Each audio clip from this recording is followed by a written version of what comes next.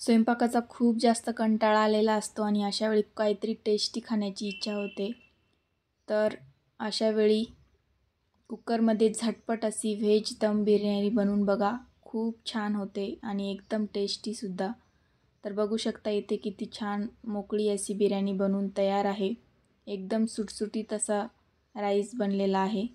तर त्यासाठी मी इथे 1 ग्लास बासमती तांदूळ घेतलेला आहे. तो आपल्याला 2-3 वेळा स्वच्छ धुवून घ्यायचा आहे आणि 10 ते 15 मिनटासाठी भिजत ठेवायचा आहे. त्यानंतर आवडीनुसार मी इथे भाज्या कट करून घेतलेल्या आहेत. त्यामध्ये फ्लावर आहे, बटाटा आहे, शिमला मिरची, गाजर आणि हिरवी मिरची, टोमॅटो हे सर्व घेतलेलं आहे. त्यानंतर मी इथे 1 वाटी दही घेतलेलं आहे. त्यानंतर अर्धा चम्मच मी इथे हळद, अर्धा चम्मच इथे मी धने पावडर घेतलेला आहे. त्यानंतर अर्धा चम्मच लाल मिरची पावडर घेतलेला आहे आणि 1 मोठा चम्मच मी इथे बिर्याणी मसाला घेतलेला आहे. तुम्ही कुठलाही मसाला वापरू शकता. त्यानंतर इथे मी चवीनुसार मीठ टाकून घेतलेलं आहे. बारीक कट केलेली कोथिंबीर, बारीक कट करून घेतलेले पुदिन्याची पानं आणि तळून घेतलेला कांदा यामध्ये टाकून घेतलेला आहे आणि सगळं आपल्याला व्यवस्थित मिक्स करून घ्यायचं आहे आणि 10 मिनटासाठी बाजूला ठेवायचं आहे.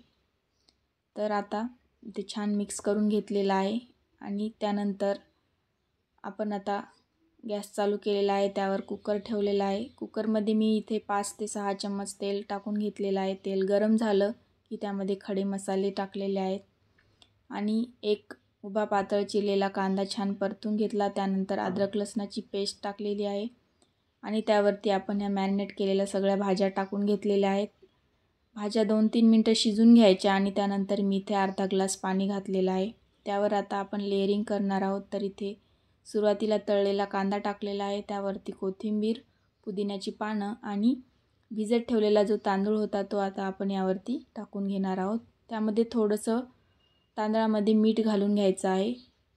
त्यानंतर परत एक लेअर करून घेतलेली आहे आणि इथे मी केसर घातलेलं दूध यावरती टाकून घेतलेलं आहे आणि आता कुकरला आपण 2 शिट्ट्या करून घेणार आहोत.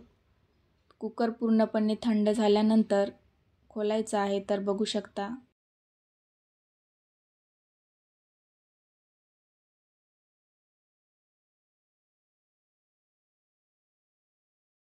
तर बिर्याणी बनवून तयार आहे. तर आजचा हा व्हिडिओ कसा वाटला नक्कीच कमेंट करून सांगा आणि व्हिडिओला लाईक, शेअर आणि सबस्क्राईब करा.